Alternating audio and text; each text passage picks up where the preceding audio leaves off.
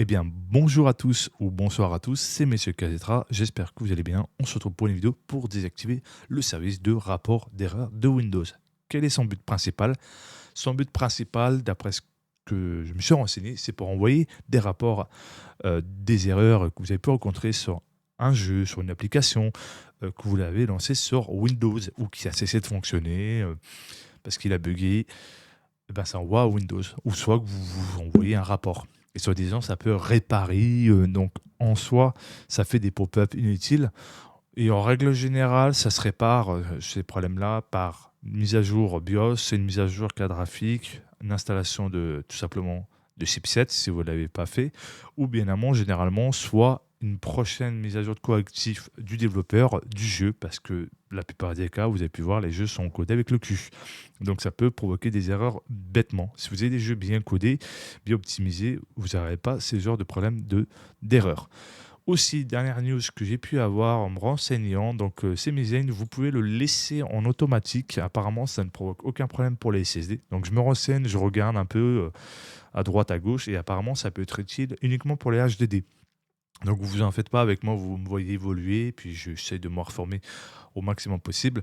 Concernant la vidéo où j'ai désactivé justement des services inutiles qui ne servent à rien et qui pourront soulager votre système, ça vous pouvez le faire sans aucun souci.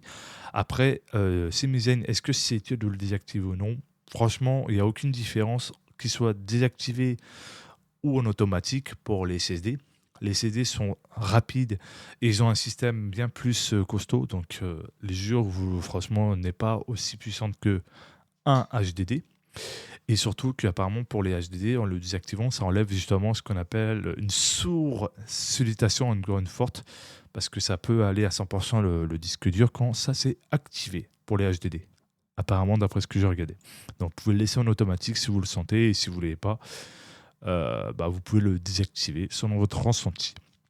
Donc là, on va aller dans le service de rapport d'erreurs de Microsoft. Donc, on peut le trouver. Hop, tac, tac. Ah là, je l'ai trouvé. Voici. En gros, je vous ai déjà expliqué. En gros, ça autorise le signalement des erreurs, en gros, de signaler et envoyer ça à Microsoft. Ou, soi-disant, ça peut réparer. Mais pour moi, en règle générale, c'est pas à vous de réparer des bêtises qui viennent généralement soit des développeurs. Des fois, c'est pas forcément vous, c'est juste, par exemple, une mise à jour à faire qui n'a pas été fait, ou sinon, des fois, ça peut être une petite erreur ou manque d'une attention, mais en règle générale, des fois, c'est le jeu qui est mal optimisé avec le cul, alors que je pense une grande partie d'entre vous fait leur mise à jour PC, carte graphique, BIOS bien amont. Si vous avez déjà la dernière version du driver chipset, vous n'avez pas besoin de faire d'autres. Et franchement, généralement, si vous êtes quelqu'un qui est consciencieux et qui aime mettre à jour régulièrement pour garder une stabilité et garder longtemps son PC et garder vraiment rapide comme il est, normalement, vous ne devrez pas vous soucier. Donc, vous pouvez le désactiver, ça cause aucun problème. J'ai fait des tests avec l'observateur de journal pour voir les erreurs, etc. D'autres, et ça n'impacte rien du tout en termes de bien amont sur les services essentiels de Windows. Ça, c'est pas si essentiel que ça, puisque c'est juste envoyer des rapports d'erreur à Microsoft. Rien de plus. C'est vraiment quelque chose qui est pour moi inutile, et ça prend quand même un peu sur le processeur et il me semble aussi sur les RAM, mais ça peut libérer un peu justement de tout ça. Donc on peut le faire sans aucun souci. Il n'y a pas de souci à se faire. Après, si vous n'êtes pas en mode ouf, qu'est-ce qu'il veut nous faire, je vous rassure, généralement, je fais des tests et une fois que c'est bon pour moi et que ça peut être bon pour vous, je vous fais cette vidéo. Donc pour moi, vous pouvez y aller les yeux fermés, vous faites désactiver, et si première défense et deuxième, c'est en auto, enfin en auto, en redémarrer le service par défaut, quand c'est activé. Vous faites appliquer OK, et une fois que c'est fait, vous redémarrez votre PC et normalement, ça prend bien en compte.